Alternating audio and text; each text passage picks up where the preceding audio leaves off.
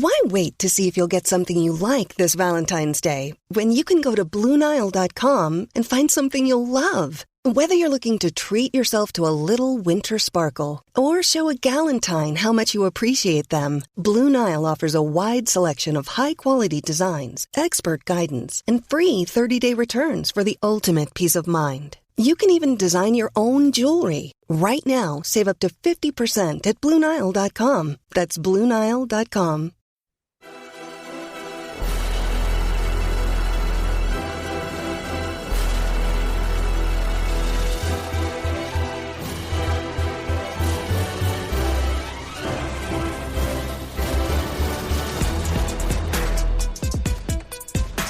American soccer fans, welcome to episode 84 of the Stars and Stripes FC podcast. Donald Wine here, manager of Stars and Stripes FC, your source for all things U.S. national teams, the players that comprise them, and everything else surrounding the game of soccer in America.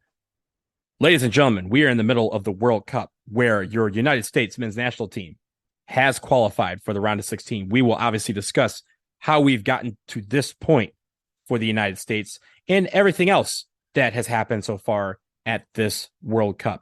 As we record on November 30th, 2022, I must make note of two significant things that have happened today. One, 40 years ago, the biggest story in the world.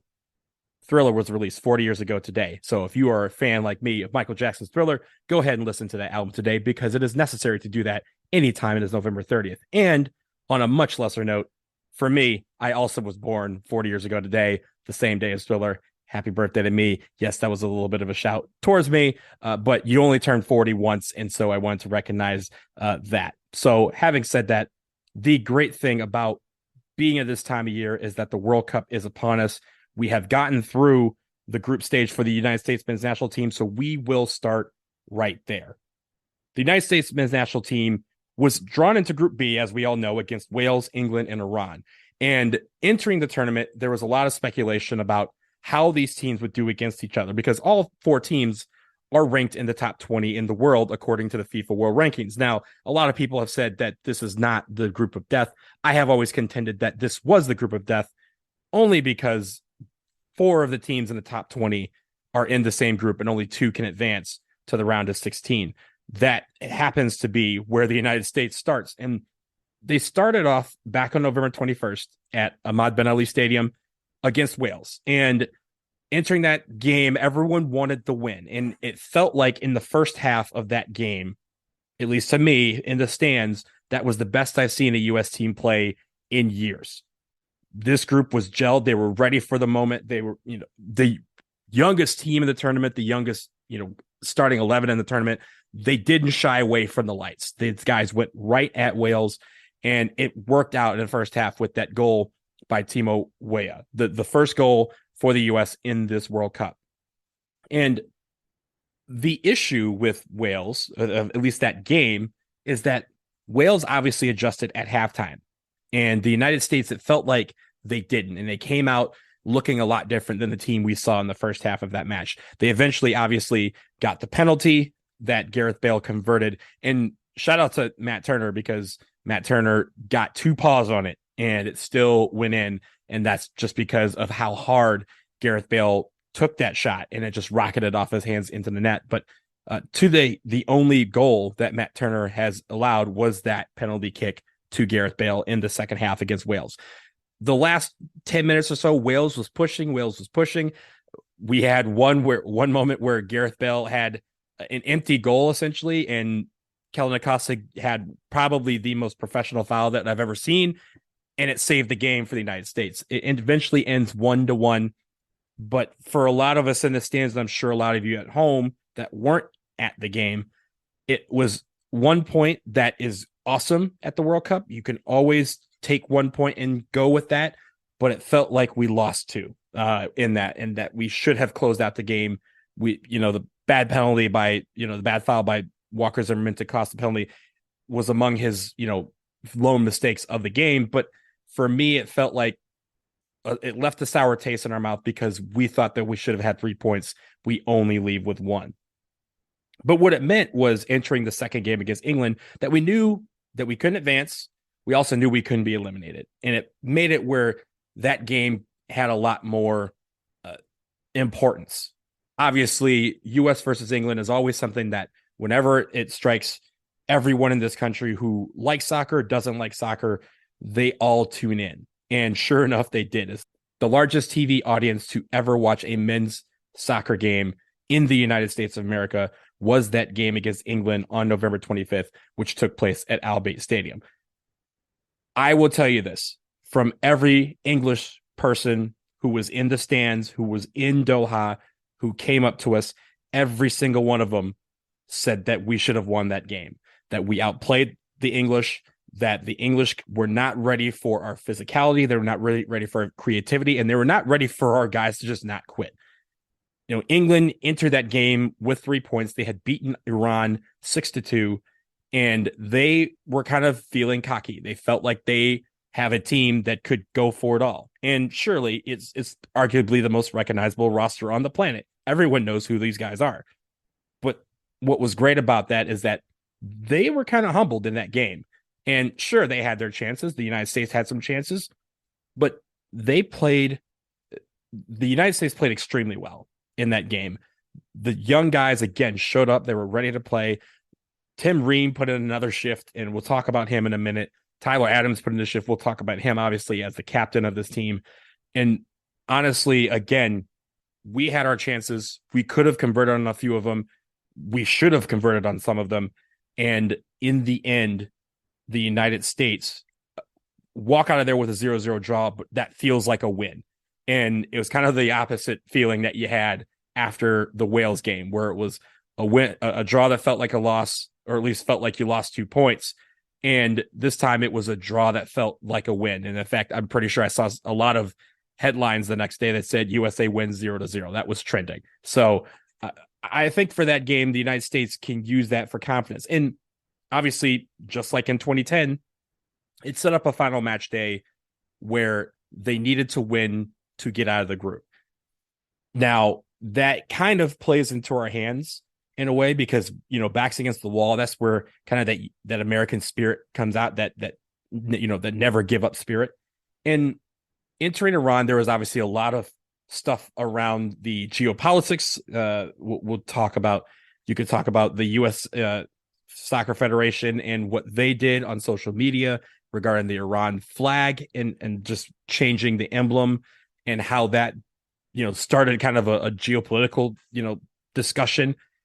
There was a lot around that game surrounding it. And honestly, on the field, it felt like both teams were just trying to play soccer to win for their team. And entering that game, again, the United States, it was very clear what they needed to do. If they won, they were going into the next round. If they lost or drew, they were going home. And with that pressure, we saw Christian Pulisic, who has been the star of the team and one that everyone in this country at least recognizes as the face of this team, or one of the faces of this team, I should say. He stepped up and he gave his body up in a big way. I know he's going to be singing falsetto for a couple of days, but it has been diagnosed as a pelvic contusion. He got that while scoring the lone goal against Iran that eventually served as the game winner. Iran had a couple of chances to put it away. We had one where Tim Weah scored, but it was called back due to him being barely offside. In the heat of the moment, I didn't think it was offside, but with this automated VAR, it showed that his, you know, right shoulder and torso were offside just slightly leading up to that goal. But the U.S. had their chances. They were able to convert one, but they had several other chances that they could have converted. That has been kind of the story of this team so far, who is going to provide the goals. But having gone unbeaten in the group stage, 2 draws, 1 win, the United States on 5 points, they qualify for the round of 16. And honestly, that is what the accomplishment was. That was the goal. The goal was not just to come to the World Cup and have a good showing. The goal was to get out of the group and then do some damage. It's a 2-part goal. Now, once you get out of the group and you get to the knockout stage, everyone's playing with house money. You can show up and on any given day, you can beat whoever's in front of you. And our team has showed that they can go toe-to-toe with anybody on the planet. And now they get a chance to do that. They will move to the round 16. Well, they will take on the Netherlands. That will be on Saturday morning, December 3rd, 10 a.m. in the East Coast, 7 a.m. on the West Coast, and that game will be on Big Fox. So everyone should be able to watch this game, whether they're waking up early or waking up super early. They will be able to watch this game and watch this team who have kind of, with that win against Iran, with their play against England, and just their overall play throughout the group stage, have really started to convert a lot of people into thinking, hey, this team might be able to do something now and not wait for 4 years from now when we host the World Cup in 2026. So I stopped there just to kind of move on to the best players for me in the group stage. And I know some of you guys have players that may differ from this particular list, but there were some that, having been in the stands for 2 of these games, I want to shout out because I think they have done a tremendous job. I start with Tyler Adams. Tyler Adams has been the captain of this team. He was voted the captain once they all convened for the World Cup, and he has been just absolutely incredible. He has arguably been the best player on the field for either team in any match, and that is saying something. He has been just balls out to the wall, going so aggressive into tackles. He has just absolutely been phenomenal with his aerials.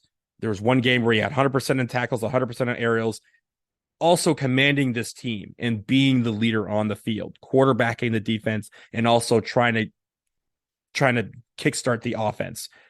He has been tremendous. And so I wanted to shout him out first because I think he has done absolutely a great job. And I think he's been probably the best player on this team so far.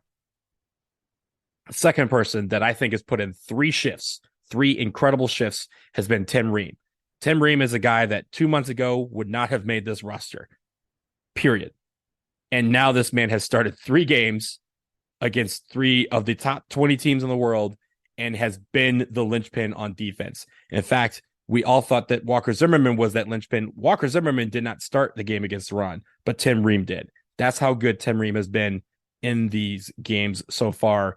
And he's so proud of the effort that he's put forth. And that is called making the most of your opportunity. He has made it to the World Cup, and now he is shining on the brightest stage. I know a lot of teams are going to be looking to see what this 35-year-old can do for them once this World Cup is done.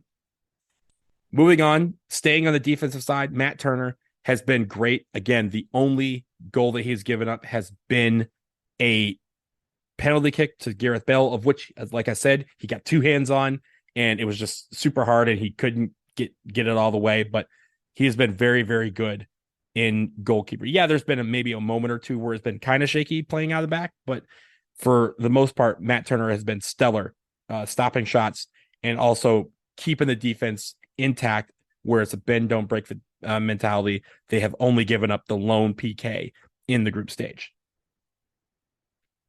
Christian Pulisic has been awesome. I think he was a little shaky on corners in the first game. The second game, I thought he was one of the best players on the field. He won the FIFA Man of the Match. I thought it should have been Tyler Adams, but I'm not necessarily upset that Christian Pulisic got that award because against England, he was incredible. I think his corners have been the best we've seen. There's been a lot of debate about whether or not he should be the guy taking the corners, and that's a debate we'll save for another day. But I think at least for, against England, his corners were the best that we've seen from him in a U.S. men's national team uniform. He obviously scored the goal against Iran that served to be the game winner, and in the process gave up his body to do so. I mean, he has a pelvic contusion. He says he'll be ready for Saturday. The team says he'll be ready for Saturday, and all of us fans hope he'll be ready for Saturday because we're going to need him against the Netherlands. And then finally, Josh Sargent, I thought did great against Iran. He also reportedly picked up an injury, and it's a question of whether he will be ready for the round of 16. But in a world where we've been trying to figure out who this 9 is going to be, I thought he played the best of the guys who were in at the 9 during the group stage, especially against Iran. His hold-up play I thought was great, and also being able to create open spaces for him to get into attacking positions, and also for his teammates to be able to get into attacking positions and score. The way he's been playing with his teammates has been awesome. And then finally, Tim Weah. Tim Weah has been great on the right side. I think getting back on defense, he's been gassed in the last few minutes.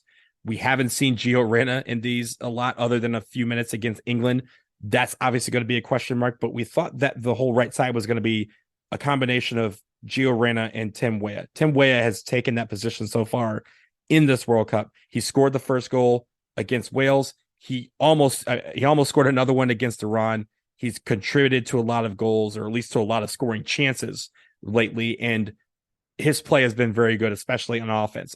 And I think a lot of people will say that there are question marks still about him on the defensive end, and that's fair. But I think at least for offense, when we're trying to create some attack, he has been one of the guys who have jump-started the attack for the United States. So those are the guys that I think have done at least the best so far in this World Cup group stage for the United States men's national team. Again, they have qualified for the round of 16. They go to Khalifa International Stadium on Saturday. They will take on the Netherlands, who finished first in Group A. We're going to pause right here for a quick break. When we get back, we are going to talk about the rest of the World Cup. All these teams, who is in so far, who is on the outside looking in, and what do we get to expect from the United States and their current path to a potential World Cup title. Stick around.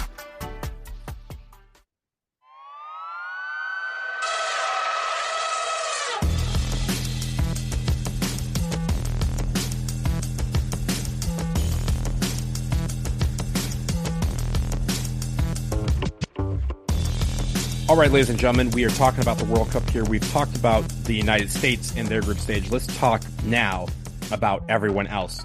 As I mentioned, we are not yet through the entire group stage. We still have a couple of more days to go in the group stage. E, F, G, and H, all of those groups have yet to complete play. They will do so in the next couple of days. But let's talk about the teams that are in so far, beginning with Group A. Group A, Netherlands wins the group. They had to struggle a little bit, but they eventually win it pretty handily. Senegal finished in second place over Ecuador in an epic final game between those two teams. Senegal, Ecuador scoring basically within a couple minutes of each other. Senegal pulling out the victory and getting past Ecuador to advance to the next round, of the round of 16. Qatar, I should mention, was eliminated as the host. They are the earliest hosts to ever be eliminated in a World Cup. It only took them 2 games to be eliminated from this World Cup. Only 2 hosts in World Cup history have ever failed to make it out of the group stage, the only other team being South Africa in 2010. But South Africa in 2010 did register a victory on their final match day. Qatar did not. They are the only host to not register a win while hosting the World Cup. Moving on to Group B, we've talked about, obviously, the United States, but the other team to make it out, the team is England. And England, they ended up winning the group because of their win over Wales. Again, the U.S. advances, and Iran and Wales will be the teams that are going home. In Group C, which literally just ended a few minutes before I started recording here, Argentina wins the group in a wild last set of matches. Poland advances by 1 in goal differential over Mexico. And Saudi Arabia, who beat Argentina in their first game in one of the biggest upsets in World Cup history, will head home in last place. Very unfortunate for Saudi Arabia that they are going home after that epic, monumental upset. I mean, again, one of the ones that they are calling one of the greatest upsets of all time. An upset so big that each player on the team got Rolls Royces, and they declared a national holiday for the team and for the country after that victory. They weren't able to register another victory in the group stage, unfortunately. But that last set of games, Argentina scoring goals against Poland, Mexico scoring goals against Saudi Arabia. Mexico needed 1 more goal to get out of the group and make it in second place. They do not get that final goal. Also, Messi, on the other side, Messi with a dubious penalty call. It was on VAR. It did look like it was a penalty, but they call it one. Szczesny, Poland's keeper, stops the PK, and that PK is what kept Mexico out of the round of 16.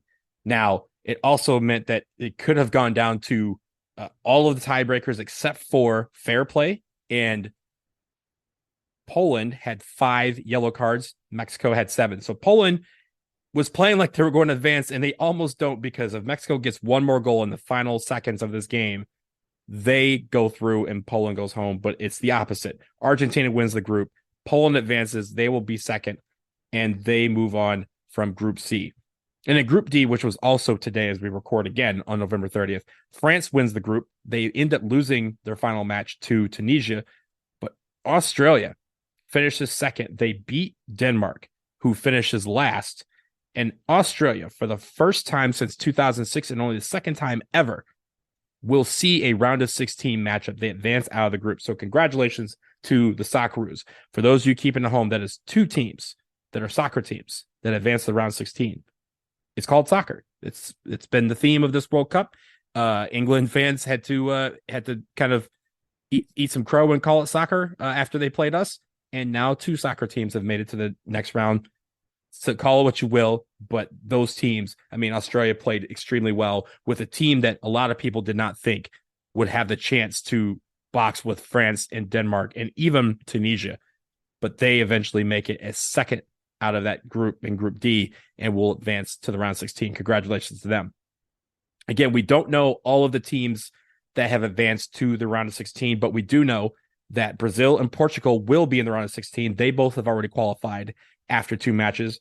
And Canada is the lone team left that knows that they are going home after their third game. They have lost their first two matches in Group F, one to Belgium and one to Croatia. Now they will play the last game for pride and go back to Canada. So when it comes to Concacaf, so far, only the United States have qualified for round 16. Costa Rica is the lone CONCACAF team left that has some hope of getting out of the round 16. So it's been kind of difficult for CONCACAF, though they haven't really given them that many goals. They just haven't scored that many as well. And that has been the issue for at least for Mexico until this final day, and for Canada not being able to put balls into the net. So back to the United States as we close out. Here's the current path that we know. Again, the United States will take on the Netherlands in the round of 16. That match, again, Saturday morning, 10 a.m. on the East Coast, 7 a.m. on the West Coast. It will be at Khalifa International Stadium if you are in Qatar. If they win that match, they will face the winner of Argentina and Australia in the quarterfinals. That will be on Friday, December 9th.